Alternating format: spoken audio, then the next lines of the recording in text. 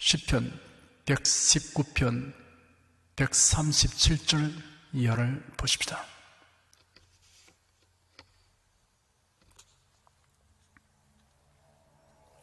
(137절) 한 절을 다 같이 읽겠습니다. 여호와여, 주는 의로우시고 주의 판단은 정직하시니이다. 하나님에게서 비롯된 것은 하나님의 의로우신 본성에서 나오는 것입니다. 하나님의 명령은 의로운 명령입니다. 하나님의 경고도 의로운 경고입니다. 하나님의 징계도 의로운 징계입니다. 하나님의 심판도 의로운 심판입니다. 노아의 때 홍수 심판은 하나님의 의로우신 심판이었습니다. 당시의 사회 현상은 부패와 폭력이 가득하고 죄악이 성하고 사람의 마음을 생각하는 계획이 항상 악하였다고 기록되었습니다. 롯의 때 소돔 고모라에 대한 심판은 하나님의 의로우신 심판이었습니다. 동성애가 사회 일반의 풍조였습니다. 종말의 때 온 세상에 임할 심판 역시 하나님의 의로우신 심판입니다. 적그리도가 통치하는 단일 정부와 이를 지지하는 단일 종교 시대가 되어 참된 기독교회는 존립할 수 없게 될 것입니다. 하나님께서 의로우시기 때문에 주님의 판단은 정직합니다. 하나님의 말씀에 거짓이란 전혀 없습니다. 138절 한 절 읽겠습니다. 주의 명하신 증거는 의롭고 즉히 성실하도 소이다. 여기서는 말씀을 증거라고 형용하였습니다. 하나님이 명령하신 말씀은 의로운 말씀입니다. 하나님의 말씀대로 살면 의로운 인생이 됩니다. 반면에 하나님의 말씀을 무시하고 살면서는 결국 불의한 인생이 됩니다. 사람들의 판단으로는 의롭게 여김을 받을지라도 하나님 앞에서는 불의한 자가 됩니다. 하나님의 말씀은 지극히 성실합니다. 변하지 않으며 언젠간 모두 이루어집니다. 그러므로 하나님의 말씀을 믿고 의지하면 후회할 일이 없습니다.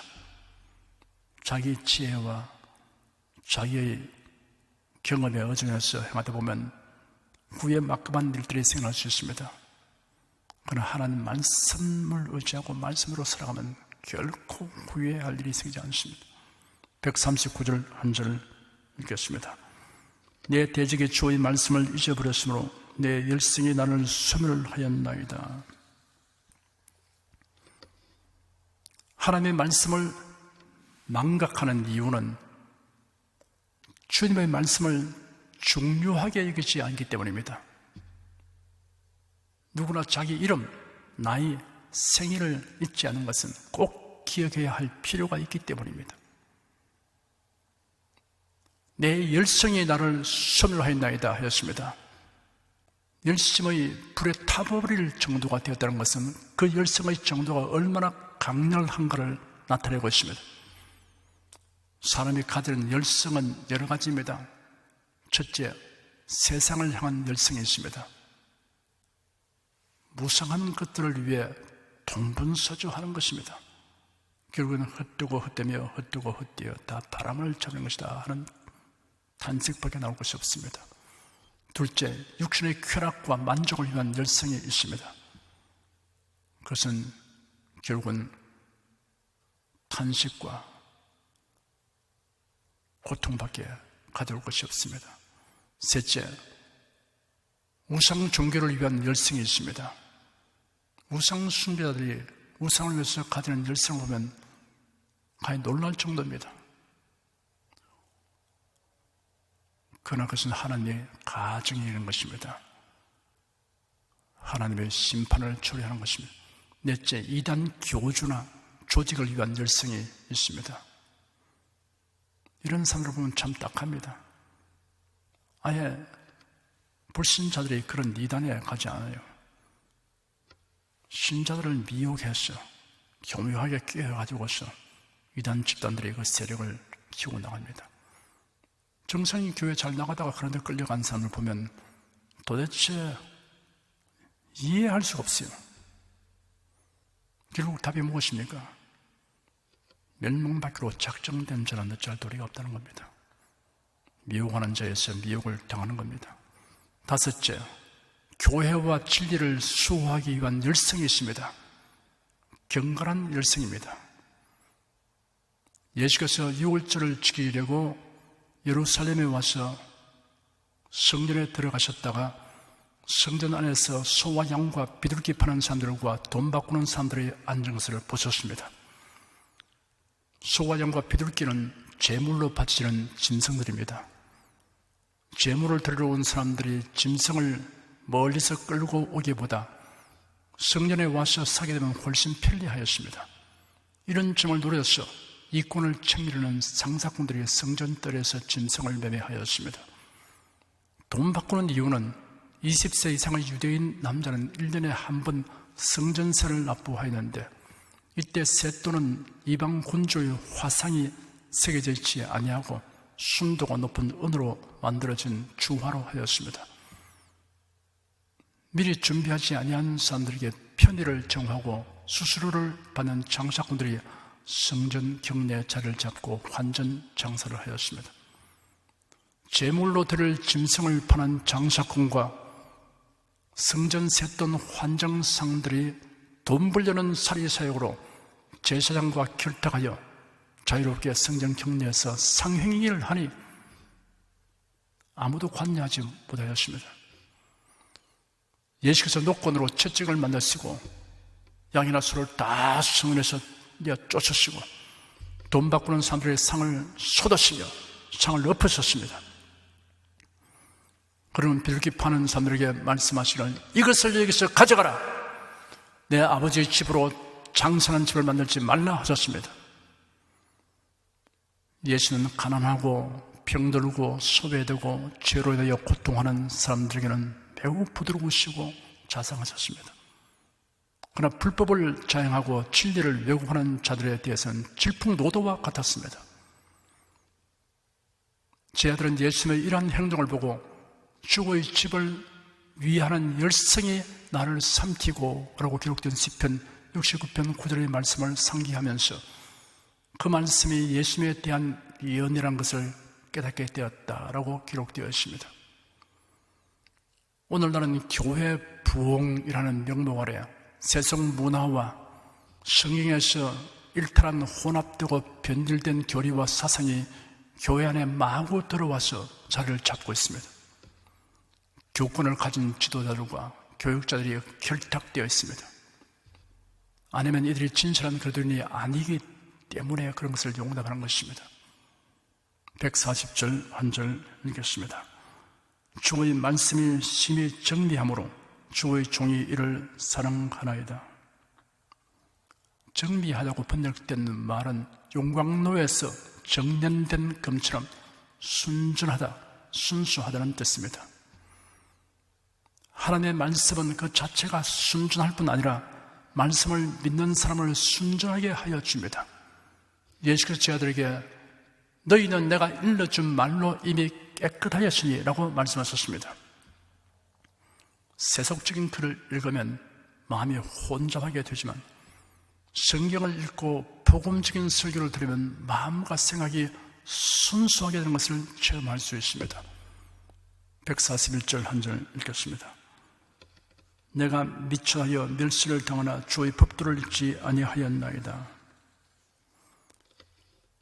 세상이 그리스도인을 어떻게 평가하는가 하는 것은 중요할 수도 있고 전혀 아닐 수도 있습니다. 하나님의 말씀으로 자신의 언행을 판단해서 말씀에 부합되면 자신의 형편과 처지가 어떠하든 세상이 무엇하고 멸시하든 지나치게 마음 쓸 필요가 없습니다. 바울 사도는 말하기를 너희에게나 다른 사람에게나 판단받는 것이 내게는 매우 작은 일이라 나도 나를 판단치 아니하노니 내가 자책할 아무것도 깨닫지 못하노라. 그러나 이를 위하여 의롭다함을 얻지 못하노라. 다만 나를 판단하실 이는 주시니라 하였습니다.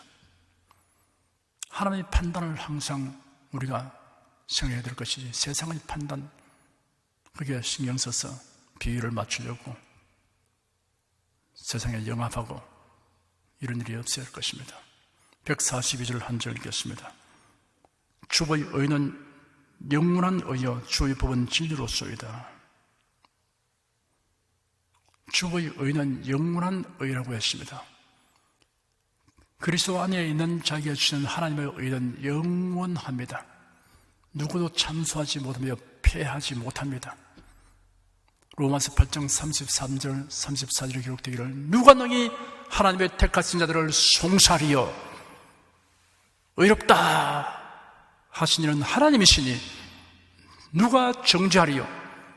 죽으실 뿐 아니라 다시 살아나신 이는 그래도 예수시니 그런 하나님 우편에 계신 자요 우리를 위하여 간구하시는 자신이라 하였습니다. 우리가 의롭게 된 것은 우리의 행위로 말미암아 된 것이 아닙니다. 예수님의 죽으심과 부활을 통해서 믿는 모든 자에게 은혜로 주신 것입니다. 그러므로 이것을 피할 자가 없습니다. 예수를 구주로 믿고 예수를 많이 나의 주님이시라고 믿고 철저하게 그 믿음 안에 거하는 사람, 그래도 예수 안에 거하는 사람을 그 의가 피하여지도록 할 수 있는 사람은 없습니다. 그것은 사람뿐 아니라 어떠한 권세와 능력도 그 무엇이라도 그렇게 할 수가 없습니다. 예수의 대속의 은혜, 보배로운 피를 흘리시고 우리에게 주신 의이기 때문에 그런 것입니다. 주의 법은 진리로소이다 하였습니다. 진리가 무엇이냐는 질문에 대한 답은 하나뿐입니다. 하나님의 말씀이 진리입니다. 또 말씀이 육신이 되어 세상에 오셨던 예수 그리스도입니다. 이것이 대답입니다. 빌라도가 예수님을 시문하면서 물었습니다. 진리가 무엇이냐? 예수님 묵묵부답하셨습니다. 예수님이 곧 진리입니다. 불을 보고서 불이 뭐냐? 물을 보고서 무엇이 물이냐? 거기에 뭐 고쳐게 대답할 것 없지 않습니까? 내가 곧 길이요 진리요 생명이다 하신 예수님 말씀대로인 것입니다. 예수님이 계시면 진리가 있고 세상에 아무리 진리를 추구하는 철학자가 되어도 예수님이 안 계시면 그 사람은 진리하고는 아무 관련이 없습니다. 영원한 진리, 참된 진리, 생명되는 진리, 길이 되는 진리는 예수님입니다. 곧 예수님의 말씀입니다. 143절 읽겠습니다. 환난과 우환이 내게 미쳤으나 주의 계명은 나의 즐거움이니이다. 하나님의 말씀대로 사는 사람의 역설적인 삶을 보여줍니다. 하나님의 말씀대로 살면 고난을 당해도 기뻐한다는 것입니다. 아주 역설적입니다. 우리가 환난 주고도 즐거워하나니 환난 당했는데 뭘 즐거워합니까? 환난은 인내를 만들어내고 결국은 우리가 소망으로 이끌어줍니다.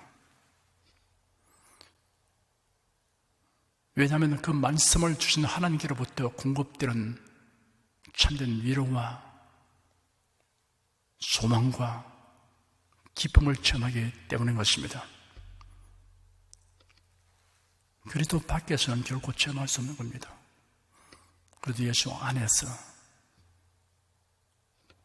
고난당한 자가 소망 가지고 환난 당할 때 즐거워할 수 있게 되는 기이한 일을 체험하게 되는 것입니다. 144절 한 절 읽겠습니다.